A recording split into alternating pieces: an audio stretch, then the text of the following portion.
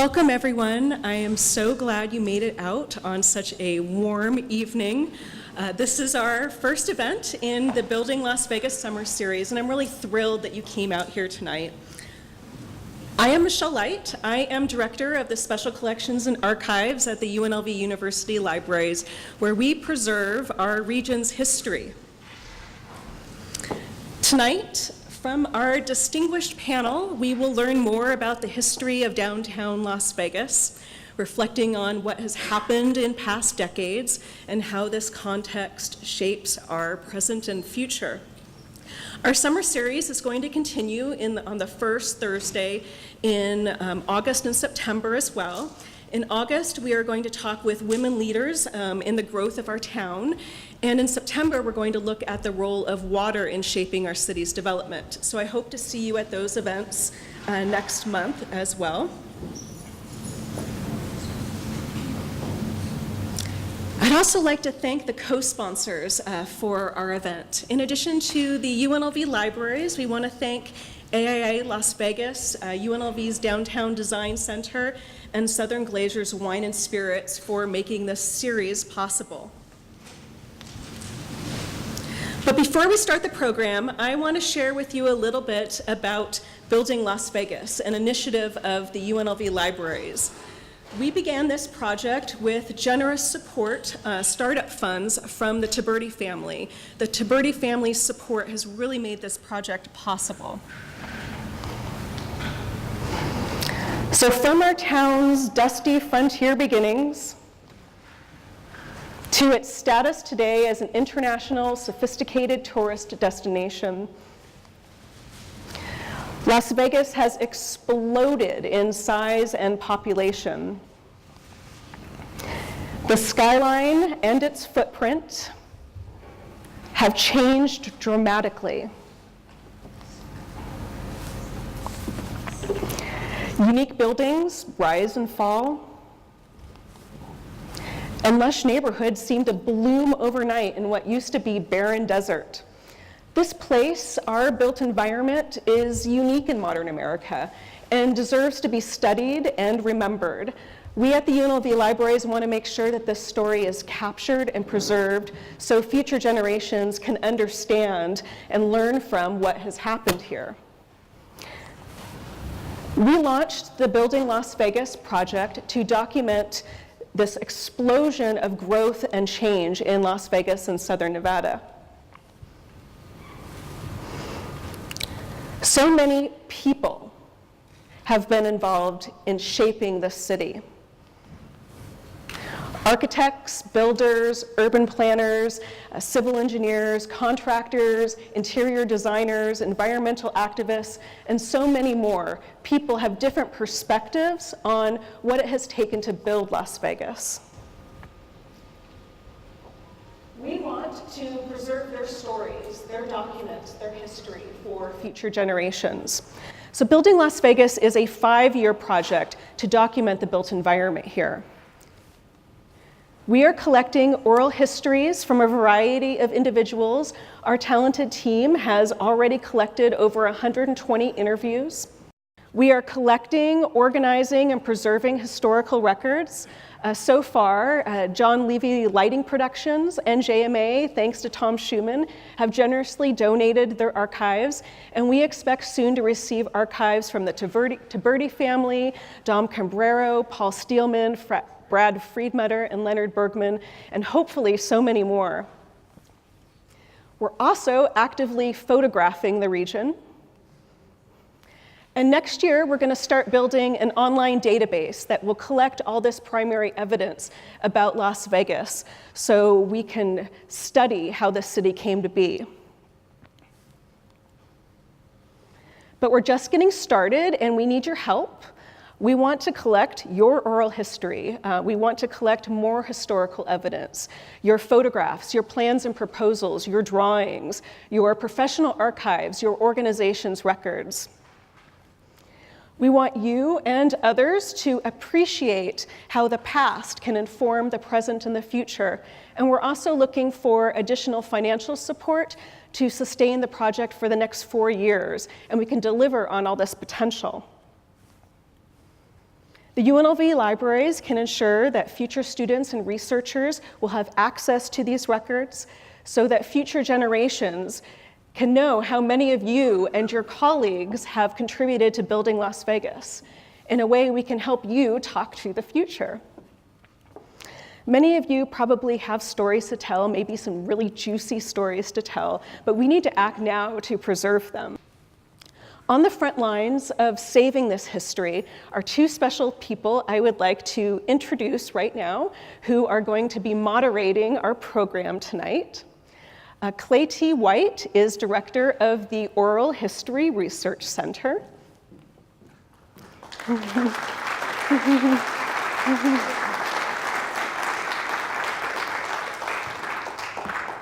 And Stephanie Evans is the project coordinator for Building Las Vegas.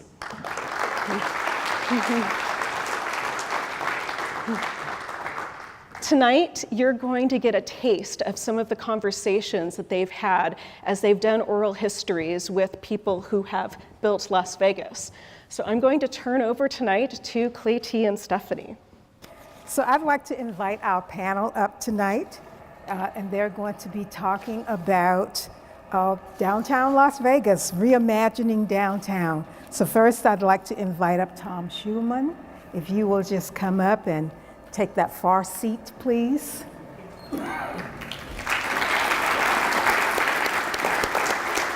AIA lead architect?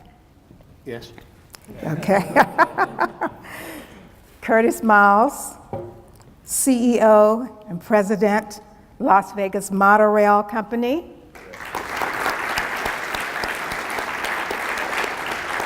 And this person that we all know who needs no introduction, Don Snyder, UNLV Presidential Advisor for Strategic Initiatives.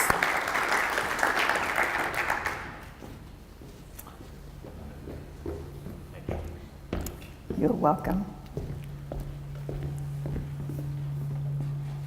We get the gift before we even talk, I think. You can't open it yet. Yes, that's right. So we're going to get started right away. We're not going to delay your great anticipation. So Stephanie is going to start us off with our first question. And this one is just kind of a basic question, just to make sure we're all on the same page. Everybody out here, and thank you for coming, and all of you. So, Can you guys hear me? Yeah. So I'll start with TJ, and would you all tell us, please, in your turn, when you think of downtown Las Vegas, what are the borders of that downtown that you have in your mind? I'm starting with me? Mm-hmm.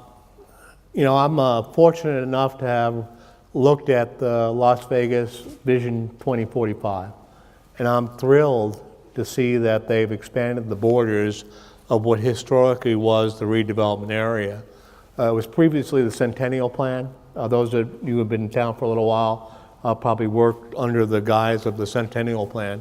But the Vision 2045 plan expanded the core areas to include the medical district, West Side, and I forget, Mayfair neighborhood. It kind of goes to the east and picks up what used to be called the old, it's called Founders area now, is all going to be included in the core.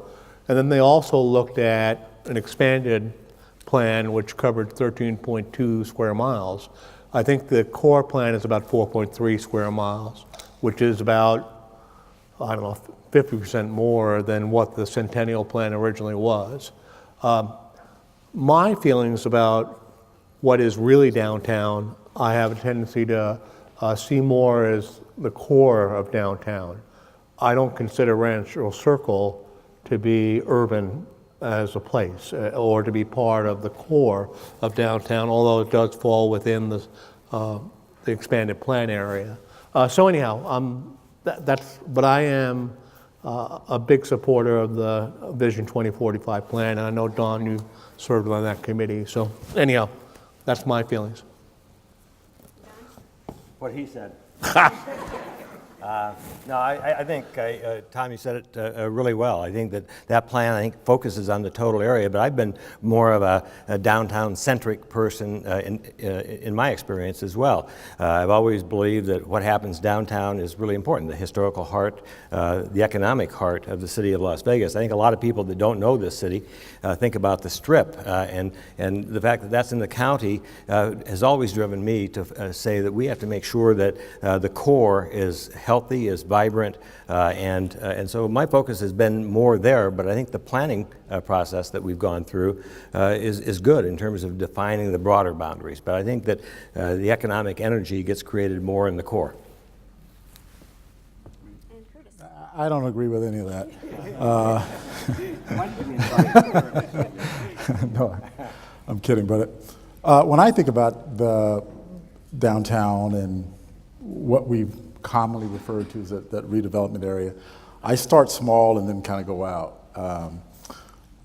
Growing up here, it was the Strip, you know. So when I was a lot younger, that was the place that you went. Fremont Street and a few streets to the south and to the north of that, a couple of streets, and then as far east as maybe Bruce then or Maryland Parkway. That was the core. And so when I think about it, I start there and then kind of go out. I agree with TJ that Branchville Circle and places like that are probably not considered as part of the core when we think about redevelopment areas. That's more suburban than it would be urban when you consider downtown. Thank you. So now that we know what we're talking about and where we're talking about, and it sounds like we're all focusing on the core then, perhaps you can share how each of you has been involved in the redevelopment of downtown. So the question bluntly would be, why are you here? So, Stephanie, who do you want to start with? whoever wants to jump in. Me? Sure. Okay, I'm happy to start. I had the pleasure of landing in Las Vegas in 1979, and for the first 33 years from 79 forward, I was part of a company called JMA Architects, and ultimately became the owner and president of that company. During that time, got to work with the city, got appointed to a board that was called, under the mayor at that time, was called City Center Development Corporation. And that was a board that was set up to support the effort of implementing the Centennial Plan. And our job was to work with public-private partnerships and kind of figure out what proposals made sense and what fit within the Centennial Plan's mission. And I served on that board for 4 or 5 years, and I got very familiar with the core and the things that were going on. As JMA, JMA historically had projects in downtown before my time. The company was founded in '45, so the company did the Centennial Building and other downtown projects. But for myself, I was involved with several projects in the downtown area as a practitioner. First one was really a public-private partnership for the city center building with the 100,000 square foot office and associated parking structure. And the city participated by paying for the parking structure, and then the developer built the office building in conjunction with that. And then we were fortunate and we did the World Market Center project. We were the executive architects for that project. And then more recently, we were the executive architects for the Las Vegas City Hall project. And we participated in numerous plans, master plans within the downtown area, especially during the time when developers were looking at high-rise residential projects. So that's my history from a practitioner perspective. More recently, I've changed hats a little bit. I'm an architect developer now, and I have a company called Main Street Development, that I have a few other partners involved with, and we're focused on infill projects, mixed-use infill projects downtown. Our first project will break ground hopefully next week over in the old Attorney Row area on 6th and Bonneville. So anyhow, that's my history with downtown. I also lived downtown for the last year or so. I live in Jewel. I walked over here. It was great. So anyhow, that's also given me a new perspective on downtown.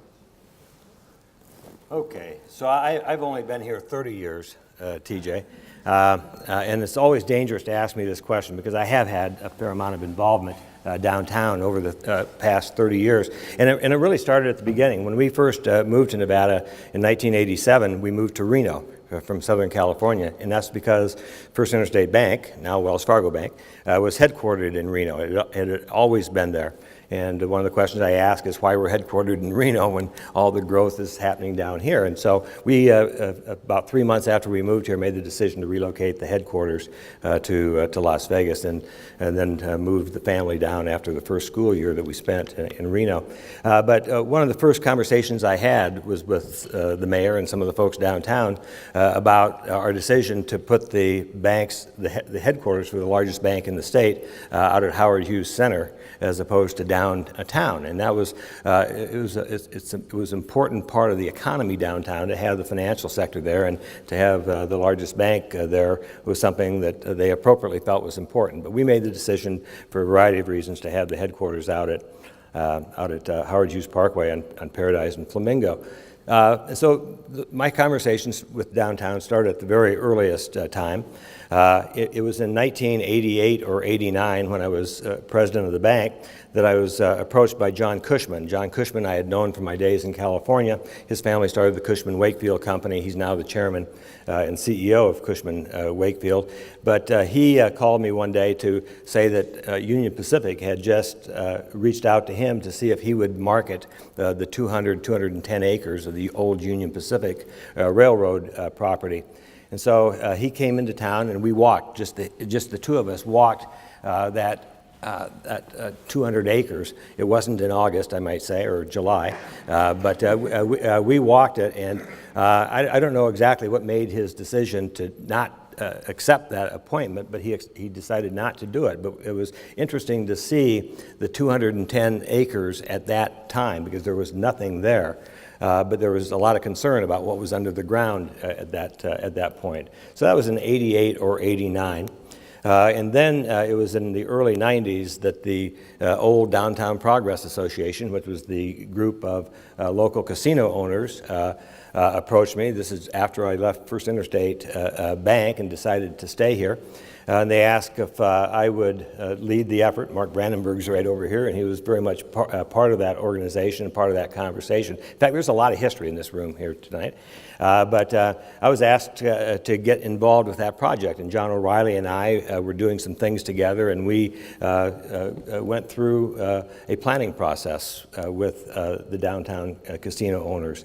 And when we were talking about it, I mean, some of the legends in the industry, in addition to Mark Brandenburg, but you had Steve Wynn and Jack Binion and Jackie Gaughan and Bill Boyd and Jeannie Hood, one of the great ladies of gaming, and a variety of others and people that work for them. But when we talked about it, my pitch was if I'm going to be engaged in this project, it's important to me that we first of all go through a business planning process, and we do it with the principals that were sitting around the table then. And they all committed to that, and they stuck to it throughout. And it really helped both the planning process, but it helped us to make the tough decisions that you have to make, because that was a group of people that certainly all knew one another. They were used to competing with one another.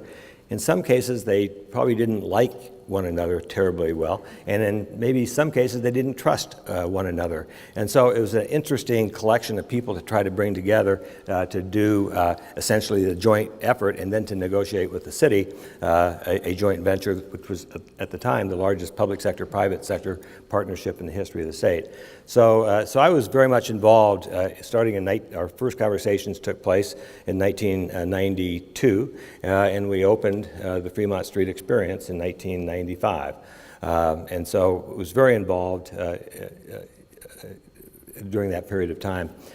So then it was during that period of time that Steve and Elaine Wynn hosted what I refer to as the first community call to action meeting, where Steve Wynn stood up and said, we're the largest community in North America that doesn't have its own world-class performing arts center, and we need to change that. There were about 50 or 60 of us in the room at the time, and there was a dozen of us or so that got together and picked up the charge, and the Smith Center is what resulted from those conversations that started in 1994. And it was in 1999 that I met Myron Martin, who's sitting down here, and Myron and I started teaming up to do this project, and we've been linked at the hip since then. And Myron had an opportunity to do something that probably nobody in the performing arts industry has had a chance to do. Start with the planning process to pull people together, do the development plan, and do all the things to getting the legislative support that we needed for that project. And then to build it, and then to operate it. And we just celebrated our 5th anniversary. So the Smith Center is probably the proudest moment in my life in terms of things that have come out of good conversations. And then, where am I? That's plenty. UNLV.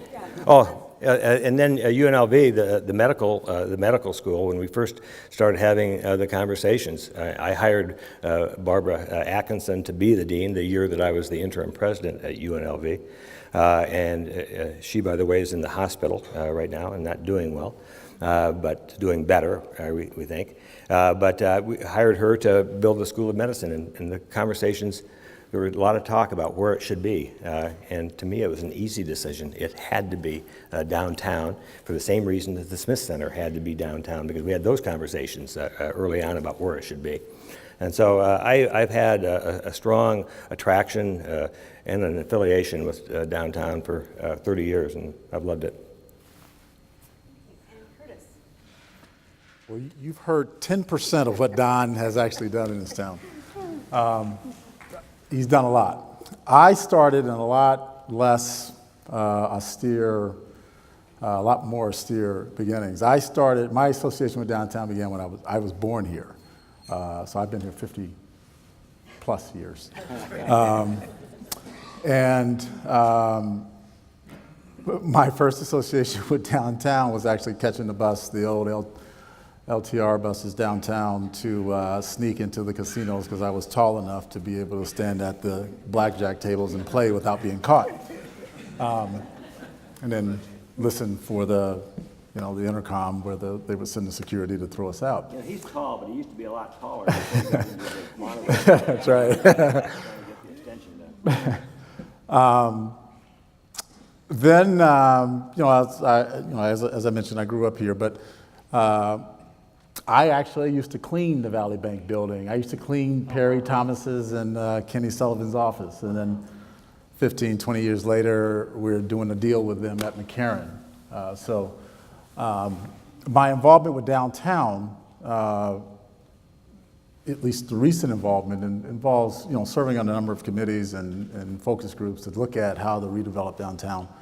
But as the CEO of the monorail, we've had numerous conversations, not just with the folks who are interested in developing downtown, but a lot of the other entities like the RTC, see Tina Quigley out here, to talk about ways to facilitate development downtown. And there are a lot of elements that have to come together. As a lot of people know, there's just, you can't really point to one thing in any city that says how redevelopment occurs. What you can point to that's consistent amongst all of them is that there are fits and starts. But my involvement has been in both those fits and starts, and serving on various committees. So that's. So I want to talk about your greatest successes downtown. Just one. So Don, you talked about the Smith Center. Don, so if you could just talk about one that's different from the Smith Center. And TJ, you already said something about several. I want to talk about the greatest success. Talk about, I'm sorry. The greatest success in those projects in downtown. The goals that got it started, and if that. Am I first again? If you'd like to be, yes. Sure, I'm happy to be there, Okay. but I'm actually going to I think there have been numerous successes downtown. In my mind, the one that has the most content and the most impact on reimaging downtown is the topic that Don mentioned before. It's the removal of the railroad yards from downtown and capturing 200 acres of vacant property that could be developed from scratch. So you can do a performing arts center. You can create a new image for Las Vegas. And I think, and Symphony Park is part of that. That was a deal negotiated with Oscar, and he exchanged property the city had in Tech Park to get that 60 acres. But there's a total of 200 acres, And I think it's rare if Las Vegas may be one of the few places in the country that had an opportunity to capture several hundred acres of property for a total new plan. And I think it's a long-range plan. I think at this point, so the goal was to create a cultural center and to create a new livable neighborhood that is supported by that cultural center in part. And I think we made great progress to this point on that development, although I don't think the community necessarily sees the potential that's still there. But you have a great deal of infrastructure currently in place. You have the Performing Arts Center, you have Clark County Government Center, you have the Outdoor Retail Center, you have World Market Center, Lou Rubro Center. I mean, there are a number of significantly important projects that now sit on that property. All right. I think part of your question was what was the goal, yes, and what's kind of not there yet, or what we were hoping for that hasn't happened yet. I think that what's not there yet is probably the most important part. And to me, the most important part is the urban residential opportunity. In my mind, for downtowns to be successful, they're successful based on having neighborhoods. This is not the Strip. The Strip is about tourism and entertainment. Downtown should be about people, and people need to live downtown in order for it to be successful. So I think the old railroad yards need to become the new neighborhood, and it needs to have a ton of residential options there. So I think we have work to do to make that happen. But anyhow, that's my most important project downtown in my mind. Thank you. So do you want me to skip you, Don? Yeah, no, skip me, because I said the Smith Center. Yes. But I'm going to pick up on some comments that TJ made, but I think we ought to hear from Curtis. It's hard to argue against what TJ said. The Smith Center was a monumental accomplishment. But when you go back beyond the Smith Center and you look at some of the things that have happened that kind of led to a recognition that something like that needed to occur, you think about things like the county government center. At that time, the county was thinking about moving the government center out of downtown, and the city was successful in convincing the county to keep its headquarters in downtown instead of moving it out to, say, Russell Road or something like that. That was an important thing to accomplish. I mentioned earlier that Fremont Street was was the center of, was the downtown, was the Strip of that time when I was growing up.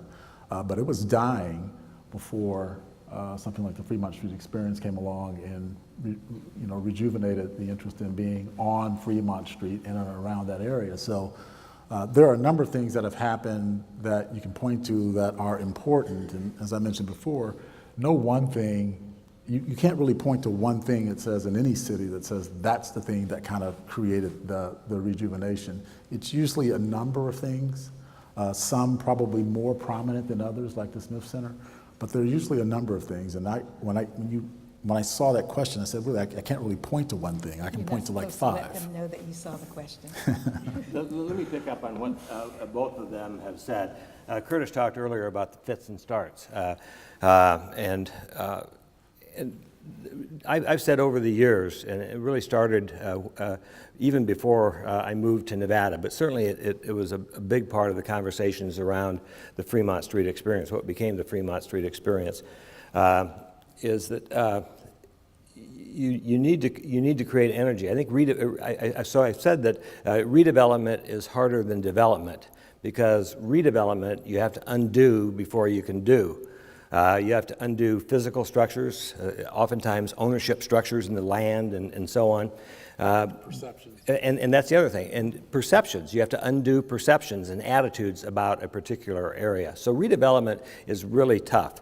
And when I first got involved with the city, the redevelopment conversations were doing a little project here in one person's district and another project over here. And they were just really small projects. And they didn't create economic energy. It kind of fixed that area, but it didn't create energy. And so when we talked in the earliest days about the Fremont Street experience, we talked about the fact that it's like dropping a pebble in a pond. The bigger pebble, the bigger the waves are. But if you drop the pebble in the middle of the pond and then do the right thing, then redevelopment will happen. And so I think the Fremont Street experience was important from that point of view, because it was the economic engine for the city of Las Vegas, and it was a tough time. So that helped. But to TJ's comment about the 200 acres, that was, once it was cleaned up, was a clean slate in terms of doing development. And yet we haven't gotten there yet. And I think the recession, the Great Recession, certainly slowed things down, because there are a lot of projects on the drawing boards that just never happened. I think what Tony Shea is doing is another a big pebble being dropped in the pot. But we have to do something now that connects the dots. And that's our biggest challenge, but it's also our biggest opportunity. And if we can connect these dots, then we can, I think, really reinvent downtown in the way that other cities have reinvented their downtown. But I think we've got to get people living down here, and I think that the whole Symphony Park area is the place to do that, because it takes less undoing to get to a point where you can then do. So. Well, and then let's flip that question. And TJ, you mentioned that this residential neighborhood as being kind of a missed opportunity. I'd like to elaborate on that. And this question is asking, what do you think the greatest disappointment or missed opportunity is that's happened in downtown? I'm guilty going first, so I'm going to let Don go first. And then I can pick up on what he starts with. Yeah, it's really thanks, TJ. It's really what I said before. It's the dots not having come together. But when you visit downtown areas like Denver, that got a start quite a while ago, and you've seen what they've done. My oldest son, who went to school at the University of Denver, decided to live and work in downtown Denver, and they did for 10 years, and it was an incredible environment. And they lived in a home that was built in the 1920s, but it was the type of environment that they were looking for. A more recent example, I spent a lot of time in Phoenix, because the bank that I'm on the board of is now headquartered there. And so I spent a lot of time in downtown Phoenix, and over the last 8 or 9 years, I've watched what's happened there in terms of what's happened downtown, but also how they've connected with the light rail and the things that allow people to move back and forth, but then to feel comfortable living there. And so we just haven't gotten to that point. I think the pieces are there, but it's disappointing. The recession, certainly, as I mentioned before, was a part of it, but we need to do something that connects the dots of these major hubs that will make downtown very different than it is today, and very positive. I can pick up on what Don said. I lived in Denver back in '86 or '87, and where Denver restarted the redevelopment of their downtown started on Larimer Street. And Larimer Street then was not a place you wanted to be. And now it is the place you want to be. If you're living in Denver, you look there first, and then if you can't find something there, then you start looking out from there. I don't know that we've had missed opportunities. I don't think that I would characterize it that way. I do think that there are some opportunities to make some connections, but those connections are facilitated by various entities creating the value that will invite in investment to create those connections. You're right, you can't start it without people. There's nothing that happens downtown or in any downtown, any redeveloped downtown without people. And to get people to want to be there requires a lot of other elements, okay? Not just the housing. So no disappointment in transportation? I don't think so. I think, as I said, there are some fits and starts, and going back to the days at McCarran, we had the column sitting outside of Bag Claim for a light rail system that was planned back in the 70s.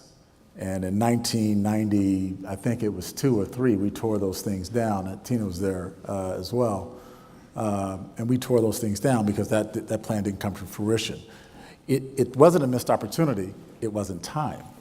So I don't see those things as missed opportunities. They will come in their time when the elements of that particular development or that infrastructure is needed. When those elements come together, it'll happen.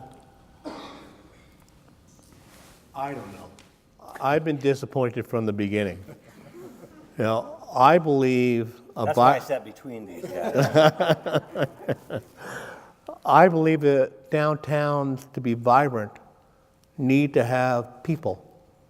And Las Vegas as a metropolitan area has 2.2 or 2.3 million people. I'd be surprised if there's 1,000 people living in the core of downtown. So for me, my disappointment has been the lack of development of urban housing, and of all types. I mean, little tiny apartments to luxury living, and I think we suffered primarily from an economic issue. I think we suffered from a Las Vegas bubble when we built high-rise projects that went belly under. So even finding a bank today that wants to talk to you about building residential downtown, you're going definitely upstream, but at the same time, from an urban place, I have to have the housing. I have to have people downtown. I live in Jewel now. I walk outside Jewel Sunday morning, and there is nobody anywhere except homeless while wandering around. There isn't enough critical mass of people living downtown in downtown Las Vegas, and whatever we need to do is get there is what we should be focusing on. And I agree with Curtis. There's a lot of things you have to do to make that make sense. But at the same time, I think the demand is there. I think the vacancy is less than 1%. There is no available apartments downtown. Now's the time to invest in new residential development downtown, because I think ultimately what you want is neighborhoods. I want a Little Italy in downtown Las Vegas, somewhere, or Chinatown, or whatever it would be, but I want neighborhoods, or the arts districts, or the neighborhoods we currently have. But I want distinguishable neighborhoods occupied by people who live downtown to give it vibrancy. So yes, I'm disappointed that we haven't been able to do that in the last 38 years.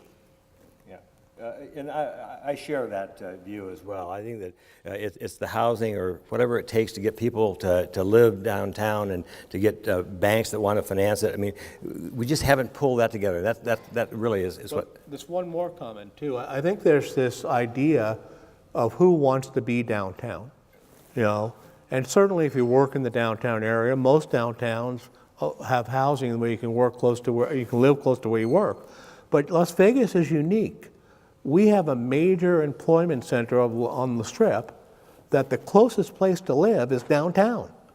And the best transportation systems are from downtown to the Strip. Why aren't 5% of the people who work on the Strip living downtown. Because we haven't built light rail yet. Excuse me? We haven't built light rail yet, and that. Well, and the that, light rail will help. Yeah. It'll help. Double D's not that bad. No, I think, the double deck bus, when I was at the RTC years ago, when we first came up with the idea to bring the double deck buses on, the idea was not necessarily to create this, this unique connection between downtown and the Strip. The idea was at that time to compete with the coming monorail. And then I ended up going and working for monorail. But the connections between downtown right now that exists, the transit connections that exist between downtown and the Strip today are good, but they're not where they should be. And the connection we should have to make downtown vibrant for people to want to live downtown and work on the Strip is a light rail connection. Right. That needs to happen, okay? If you have that connection, you need this core system. You have to have an initial operating segment that connects an employment center with a residential center. And once you do that, the demand for the other legs of it will come. And that will tend to pull people in. But it's not going to come if you say, I don't think it's going to come if you just build residential and then hope everything else comes around it. There has to be something that pulls that investment down there. I agree with that as well. And I talk a lot about connecting the dots, and we have to connect these dots. Tina twisted my arm to chair the Transportation Resource Advisory Committee. And when I asked her how many people are on this committee, she says, it's going to be about 36. I said, there's no way I'm going to chair a committee with 36 people. But I did, and we started, a year and a half ago on that. That conversation was incredibly insightful in terms of just understanding the issues that you're talking about, but also during the course of that more than a year that we talked, the conversation changed, and all of a sudden the technology and what's happening technologically in transportation and transit around the world started to emerge, and so it became very much a conversation about how can we take advantage of what's happening and going to happen in terms of technology as it relates? And so it turned into a very good conversation. We got some legislation passed that kind of opens up the issues of what the RTC in this case can do. But what Tina also did is help to energize a bunch of us starting to talk about how we can actually move this forward. So we just got back. We were in Austin, Texas last week for a Smart Cities conference. And there were, 32 of us from Las Vegas. We had every municipality. We had the county. We had the RTC. We had Switch, which is an important component of this, the technology part of the conversation. We had NDOT there. That's pretty much it. But 32 people representing this entire valley, and in some cases we had 2 people from UNR. So we were talking about the state. And we have an opportunity to pull things together and not just be a smart city, but be the smartest city. But we've got to get started. When we were there, we just heard too many cities talking about how far advanced they are in this process, and we've got to get the dialogue going. So we're going to be working with the governor to try to get some focus on doing this, not just for the valley, but maybe on a statewide basis. I think we have an opportunity to do that because of Switch. But that's an important component of being able to tie things together. But we need each of the municipalities to come together to work on one plan, because if we have 6 or 7 efforts, they're going to go in different directions. We're not going to be able to connect them, and we're not going to get the synergy that we need for to solve these types of problems. But I think we have a great start, and I really appreciate what Tina has done in terms of getting the conversation going and getting the right people engaged. So Don, could you tell us who Tina is? Pardon me? Yeah, Tina's right here. Stand up, Tina. Tina runs the RTC. Tina was at the airport for many years, and so she understands the issues that revolve around getting people here and there and around. But she brings tremendous energy to her job, and it was really the catalyst for this group getting together in Austin last week. It was an incredibly valuable time. Thank you. To build on this topic just a little bit more, in your mind, what is that thriving, successful downtown that you've all been talking about? What does it look like? What does it have? If you can tell us how you would feel when you were there. I can go first, or Curtis? Curtis, you start, please. Curtis's turn. It's got everything, okay? Right now, I live in the suburbs. A lot of people here probably live out and around the edges of Las Vegas. And everything that you need is facilitated by you being able to get in a car and go do it. Almost everything. My daughter wanted to go swim, and we had to get in the car to go swim. When she does her little play dates, we got to get in the car and go to play dates. When we go to the grocery store, she wants this, and we want to go do these various things. And when I said, Don mentioned, connecting the dots and what it takes to actually facilitate connecting the dots, those are the dots. And what those things have to exist in downtown for me to say that downtown has succeeded. All those elements.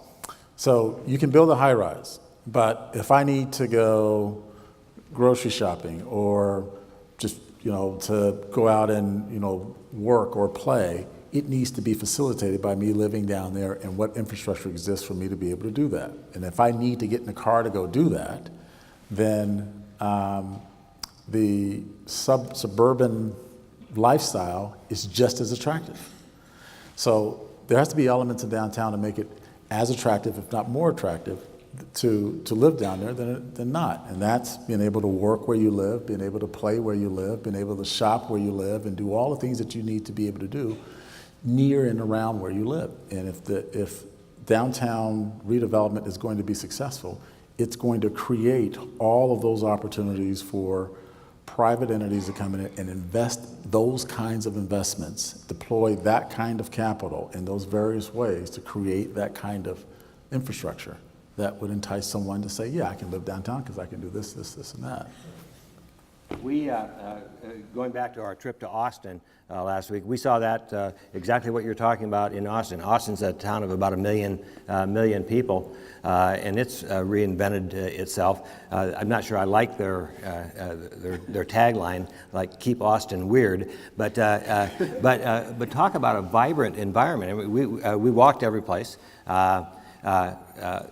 For the most part, and to eat, and the people that were walking the streets, it was amazing, and late into the night. I went from Austin to New York, where our oldest son lives. He lives in Brooklyn, and we walked an incredible amount, and it was because things that we needed were there, and it was just a great experience. You go to Denver. Denver is a great example of that. It's having all those elements that give people what they need without getting into their goddamn car and have to go someplace. Maybe to build on what both of these gentlemen have said, I think throughout history, downtowns have served a purpose. And their purpose has been to be the social and cultural center of the city. So I think downtown Las Vegas should be the social and cultural center of Las Vegas. It creates a place. I also think that we need to be economically diversified within downtown. And then I think we need to have neighborhoods that offer a variety of urban residential opportunities that are served by pedestrian streets, designed by streets that are designed for pedestrians, not for cars, but for pedestrians to be able to walk, like both of these folks are talking about, from your residence to shopping or to entertainment or to the doctor or wherever you need to go, and never have to get back to your car again. And I think the architecture needs to be regionally appropriate. I think we should have a unique downtown that reflects the Southwest desert environment we live in. I don't think, anyhow, so that's what I think downtown should be. When Myron and I and the group of us that were working on the Performing Arts Center before the Smith Center name emerged, we visited cities all over the world, and probably the trip that was most memorable was when a few of us went to Europe, and I encourage Myron, if we're going to do this trip, those of you that know Fred Smith know that Fred Smith is one of the tightest guys ever, and so I could hear him talking about boondoggle when we talked about going to Europe to visit some of the great halls in history. So we put it together. We did 6 cities, 5 countries, and we visited 14 or 15 of the most prominent performance halls in the world. And we did it in January. The week after we were there, all of Europe was shut down with a storm, so we just kind of timed it right. It was an incredibly busy trip, but everything worked perfectly. And what we saw, and we saw it in other places as well, but this trip just really brought it home. We visited some of the great halls that have been built 120, 130, 140, 150 years ago. And you could study what those halls did to their communities, their cities, when they were built. But then you can see what they've done today, and they were the catalyst for, when you talk about being a cultural center, they were the catalyst for things happening. We just haven't seen as many things happen yet, but I think if we can connect these dots, I think we can create something really special. But the Smith Center is an incredibly strong start in terms of building that type of an environment. We have to kind of learn a lesson though, and that's not, our expectations are up here, and then actual production is kind of down here right now. But we have to learn from cities like Sacramento and Portland and Salt Lake and Phoenix and Corpus Christi and Austin and name all, San Diego. San Diego's on their 3rd redevelopment effort now, at least big one. They've had a number of small ones in there. But they've all had these kind of fits and starts. They learn from their mistakes and then they move on. Yeah. And that's anything though. We've had some things that I think we could have executed better. We've had some things that we executed well. And in the next round of redevelopment, we had to learn from those things that we did poorly and execute them more effectively and more efficiently the next time around. We did have some opportunities in transportation that we missed. Okay, well, we know why we missed them. We know why they didn't materialize, and now we're learning from them, as you mentioned earlier about some of the legislation and other things that have been initiated. Well, it's not just transportation. It's land development. It's zoning. It's regulation.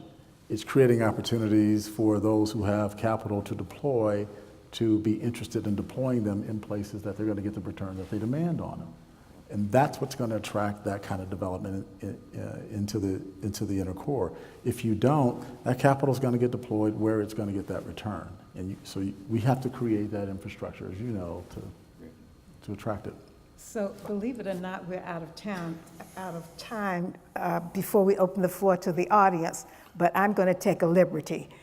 So how do we keep this energy that we're just talking about, how do we allow it to flow over in the historic West Side community?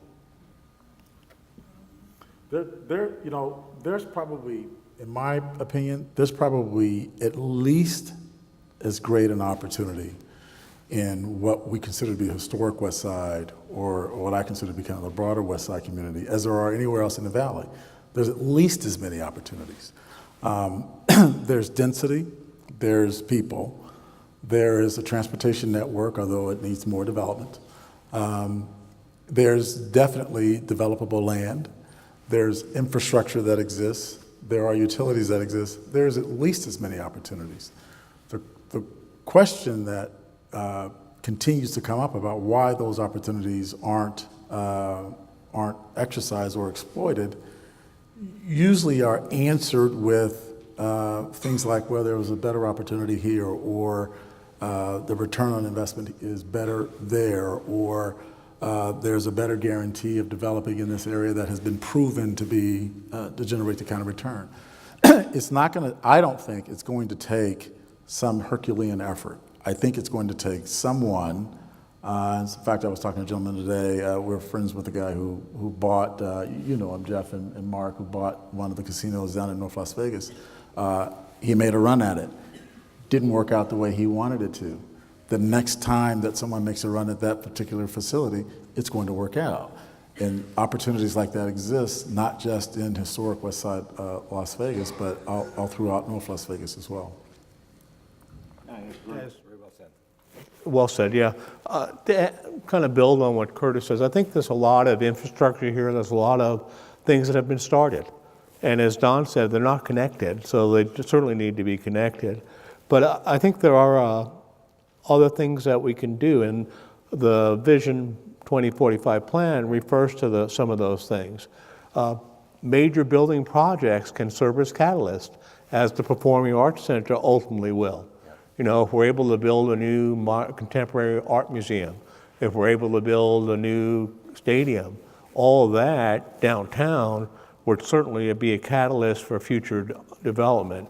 You know, Petco Park in San Diego totally stimulated the redevelopment of the East Village area where I live there in San Diego area, and was just been an incredible catalyst for redevelopment in that area. It was totally blighted before Petco Park was put in.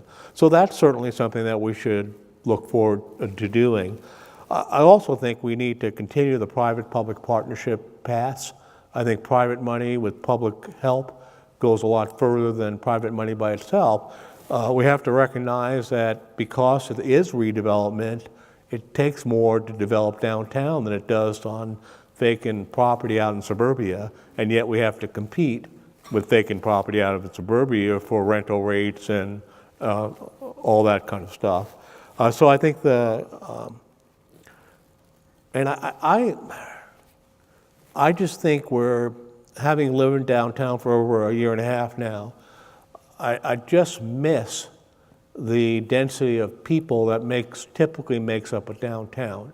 And in looking back at other cities, specifically San Diego, their first challenge 30 years ago was to build housing. They basically underwrote housing in the Marina District, built a small park, and sold them off very inexpensively to get people to come to the downtown area. I think we have the same challenge here.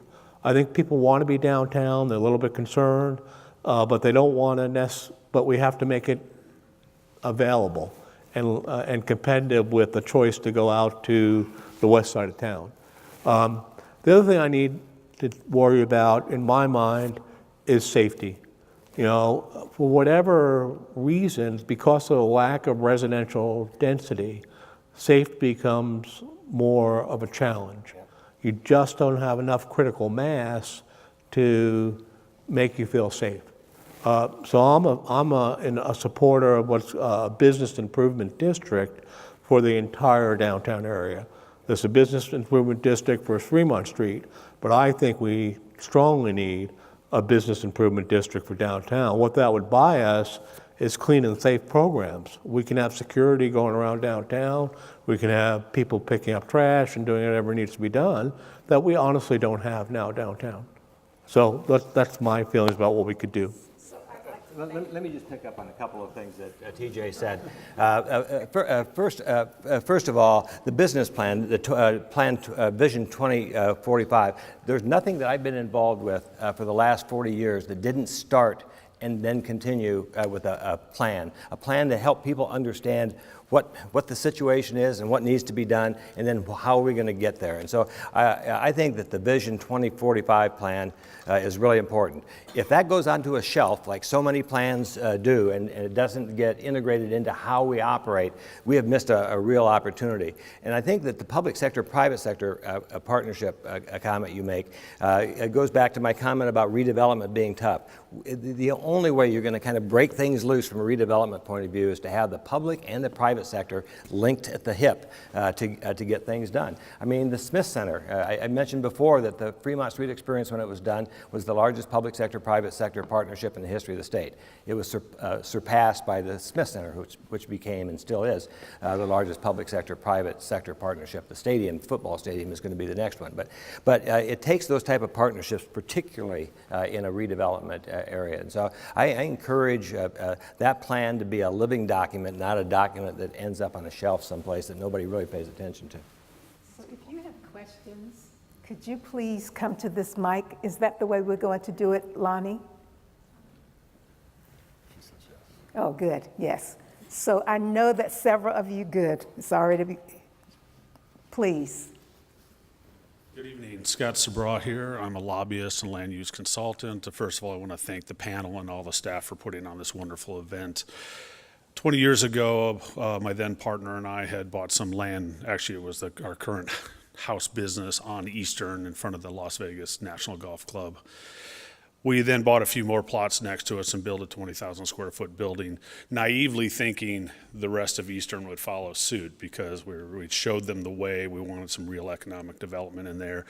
We had a tremendous amount of pushback from the county at the time as far as all the rules and regulations. Fortunately, we were able to squeak in areas they just didn't know, and there's nothing they could do about it because they didn't want a two-story building there.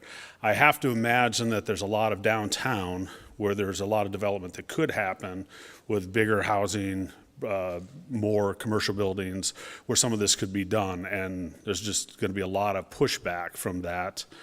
I guess that's a little bit more of a comment. I've also been involved with a lot of redevelopment in Las Vegas, at least helping people, and Henderson, and it ultimately turns out to be a lot of paint and new signage, so it's a little bit of the lipstick on a pig kind of thing.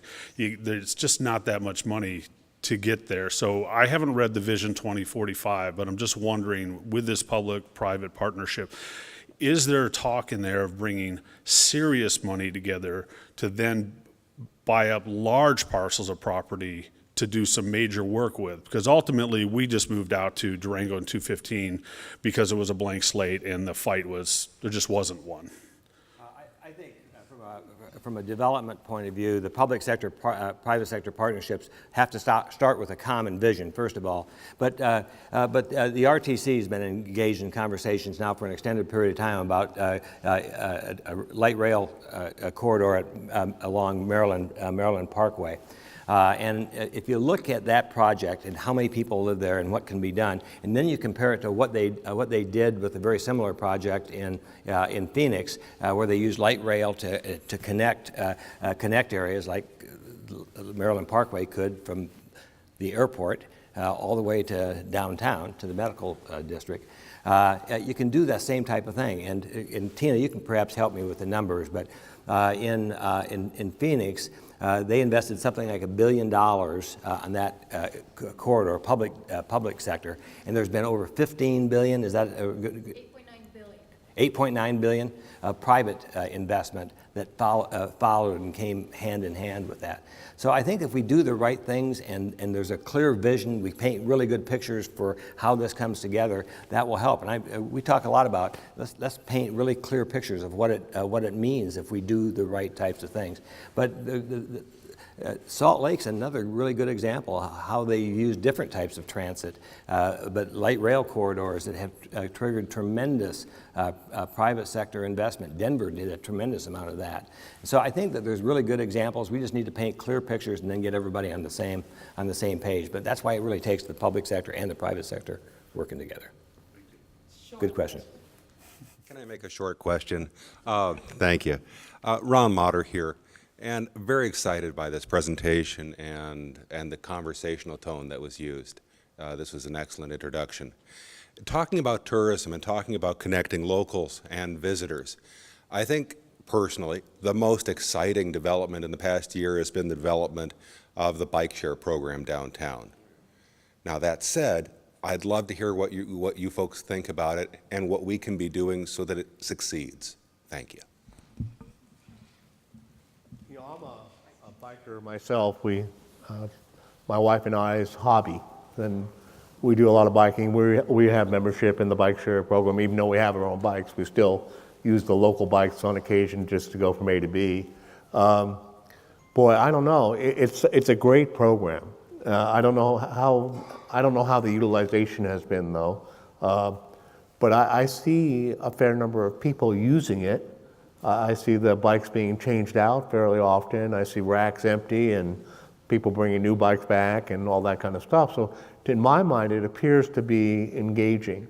I think the connectivity issue on a bike it becomes one of safety. How do you, and I think immediately downtown, the city's done a very good job in establishing bike paths. I'm not sure that that network is as successful going on to the Strip. So I'm a little more challenged, and I think that's an important connection. I think the ability to go from downtown to the Strip is one that should be encouraged by bicycle. But I don't see that as an easy connection right now. I see getting, from Bonneville to Sahara a piece of cake. Bonneville is my favorite corridor because it goes all the way up to Red Rock, which is cool. But anyhow, so I think extending the passageways and the links. What I mean by that is it's a designated bicycle path. It could be shared on the road, but it's clearly designated. It's green or whatever color it is, but you feel safe on that path as opposed to a path that's only is cars and bikes together, like the Strip is. So I'd like to see that connection encouraged. Yeah, I don't have a lot of direct experience with the ridership down here, but in Las Vegas. But again, in Austin, we saw a tremendous amount of that going on.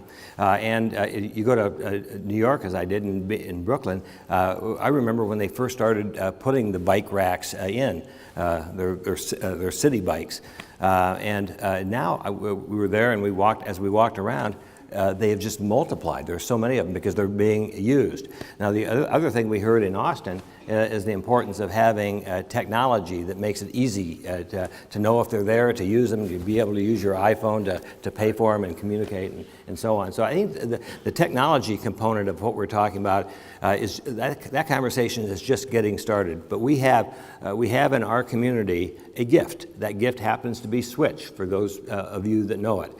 We have the ability, and we have an owner of that company, the CEO of that company, who is absolutely committed to doing the right thing to make Las Vegas the smartest smart city, or make Nevada the smartest state. And that technology that has been created by Switch provides the necessary infrastructure on which to build and then to have flexibility. So we need to get all the municipalities working together, and I think we'll see the connections because they use bikes to extend long distances in New York.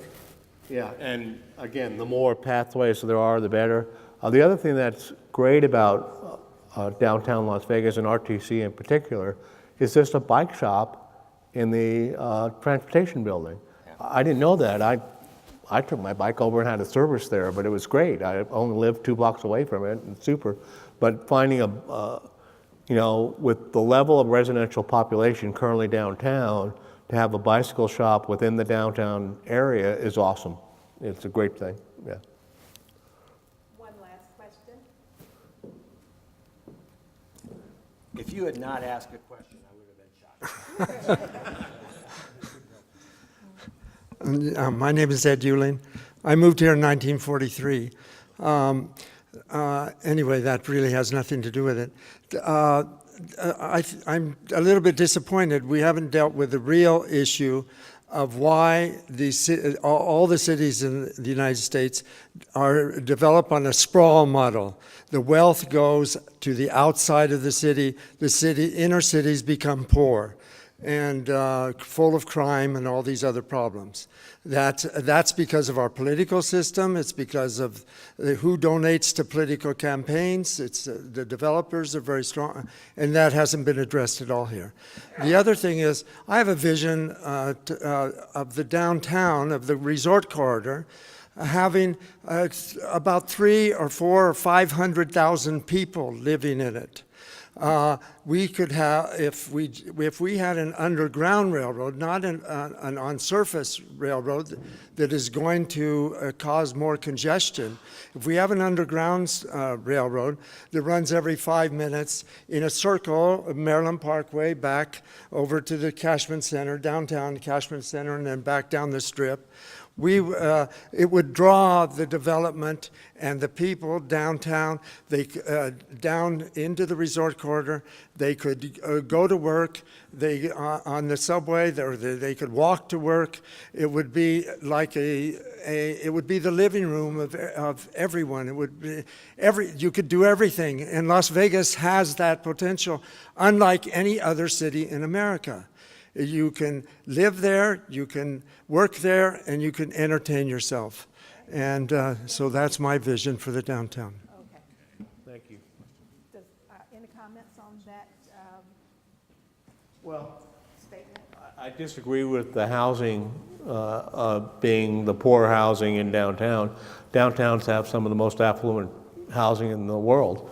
You know, look at Manhattan. Look at downtown San Diego. You know, they just finished 50-story high-rise, the Asian Pacific, beautiful building. You know, buy it for starting point of $1,500 a square foot, up to $3,000 a square foot. You know, it's pretty high-end. So there are some very high-end residential opportunities in downtown areas, and I think Las Vegas should support some high luxury, higher-end housing as well downtown. I was going to say something very similar. We just are helping our son and daughter-in-law buy their new condominium in Brooklyn. It's staggering. It is staggering the prices. So. Thank you so much. Before I make closing remarks, let's thank our panel. Tom, TJ, Don, Curtis, thank you so very much. And you can follow Stephanie off of the stage if you like. Yes, take your you earned them. You earned them. This is our first of 3 panel discussions. The first Thursday of August will feature Jen Lewis, Chris G., Sharon Wong, and Lord Spina. The panel on the first Thursday in September will be composed of Pat Mulroy, Robert Lewis, Virginia Valentine, and Jay Bingham. And they're going to be talking about turning the tide, water in the desert. Building Las Vegas, this project, is a 5-year initiative. We've just completed year 1. Tonight kicked off year 2. We expect the project to cost approximately $600,000 for collecting, archiving, preserving interviews, drawings, materials, and documents that tell the story of our built environment. Beginning in the 3rd year, as you heard before, we will be building the web portal. Lots of people are supporting the effort. The Taberti family and the Boria Foundation got us started financially. Tom Schumann, TJ, initiated the collecting phase, adding greatly to our architectural archives. Stephanie has collected over 100 interviews. We need more in every category. There are many ways to contribute. Key oral interviews may be yours. And we have some people on our list already, some people that we've already called, like Tina. But there may be someone that you are thinking about, or you should be a person that we're interviewing. So we'd like to know about that tonight.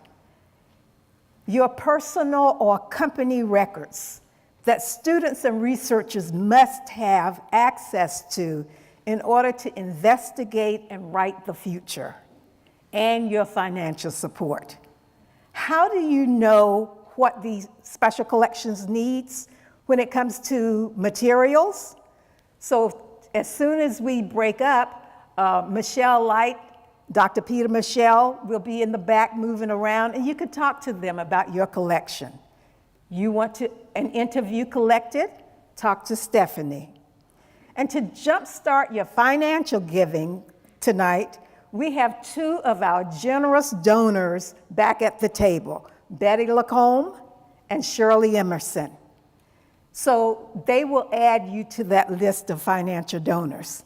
But so how do you give financially to a project like this? How much is too much? Yes, thank you. Tonight we have a couple of options just to jumpstart your giving. We have a flash drive. Isn't that cute? So this flash drive, when you open it, it's a bulldozer. This is your flash drive. $250 back at the table. And we have the most beautiful mug. $250 a donation, or you can get both at a discount, $500. That's why I'm a historian. So thanks so much for spending this evening with us. It's been made possible by Randy Levine, Stephen Clark, Lonnie Marshall, Sean Kennedy, Kelly McCarthy, and Laura Lamb. Please meet me in the back of the room and come back to see us again for our next discussion on the first Thursday in August. So I'm not saying good night because we expect you to meet us in the back of the room. Thank you so much.